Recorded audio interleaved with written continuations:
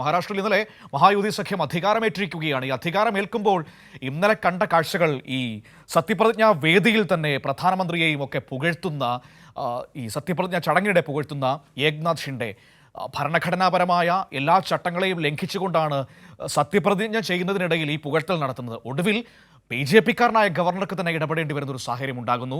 ഒപ്പം തന്നെ വകുപ്പുകൾ സംബന്ധിച്ച ഒരു വിഭജനം സംബന്ധിച്ച് ഇപ്പോഴും വ്യക്തതയിലേക്ക് പോകാൻ കഴിഞ്ഞിട്ടില്ല. ആഭ്യന്തരമൊക്കെ BJP കൈകാര്യം ചെയ്യുന്നു പറയുമ്പോഴും അതിൽ നോട്ടമുണ്ട് ഈ പറയുന്ന ശിവസേനയ്ക്ക്. അതല്ലെങ്കിൽ പൊതുമരാമത്തെങ്കിലും കിട്ടണമെന്നാണ് അവരുടെ ഏറ്റവും പ്രധാനപ്പെട്ട കാര്യം.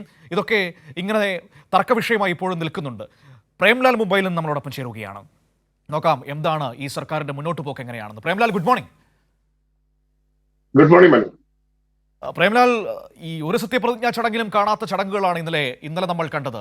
സത്യപ്രതിജ്ഞാ വാചകം വായിക്കുന്നതിനിടയിൽ തന്നെ പ്രധാനമന്ത്രിയെ പുകഴ്ത്താൻ പോകുന്ന ഏക്നാഥ് ഷിൻഡെ അമിത്ഷായെ പുകഴ്ത്താൻ പോകുന്നു.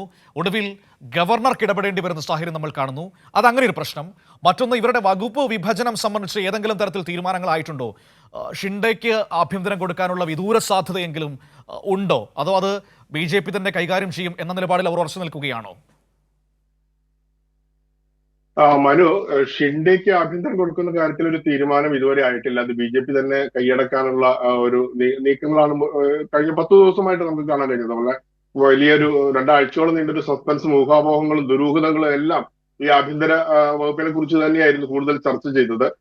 ഷിൻഡെയെ സംബന്ധിച്ച് ശിവസേനയെ പിളർത്തി 2.5 വർഷം കൊണ്ട് നേടിയ ഒരു അധികാരങ്ങൾക്ക് ഒരു വലിയ തിരിച്ചടിയുടെ ഒരു വേദി കൂടിയാണ് ഇന്നലെ ഉണ്ടായത്.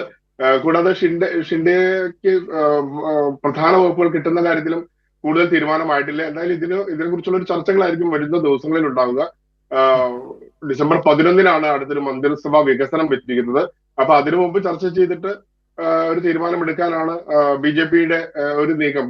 ഷിൻഡെയെ കൂടെ നിർത്തണം എന്നുള്ളത് കൊണ്ട് ഷിൻഡെക്ക് ഏതെങ്കിലും പ്രധാന വകുപ്പുകൾ കിട്ടാൻ ചാൻസ് ഉണ്ട്.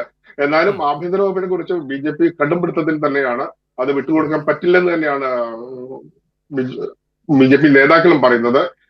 എന്തായാലും ഇന്നലത്തെ ഒരു രാഷ്ട്രീയ BJP-യുടെ ഒരു വലിയൊരു ശക്തി പ്രകടന വേദി തന്നെയായിരുന്നു സത്യപ്രതിജ്ഞാ ചടങ്ങ്.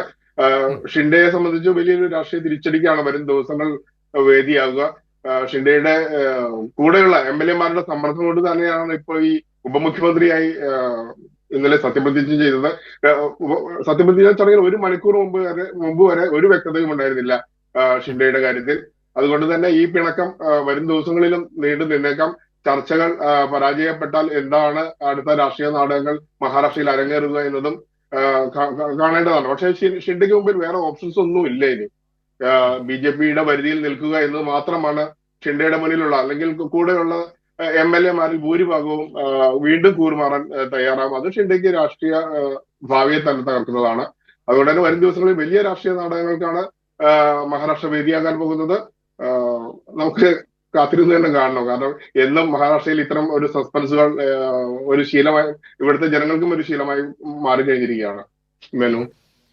ശരി പ്രേംലാലാണ് മുംബൈയിൽ നിന്ന് ഈ വിവരങ്ങൾ നൽകിയത്. ഏതായാലും സർക്കാരിന്റെ വകുപ്പ് വിഭജനമാണ് മറ്റൊരു പ്രധാനപ്പെട്ട പ്രശ്നം. അത് എങ്ങനെ പരിഹരിക്കുമെന്ന് കാത്തിരുന്ന് കാണേണ്ടത് തന്നെയാണ്. വിവരങ്ങളാണ് പ്രേംലാൽ നമുക്ക് നൽകിയത്.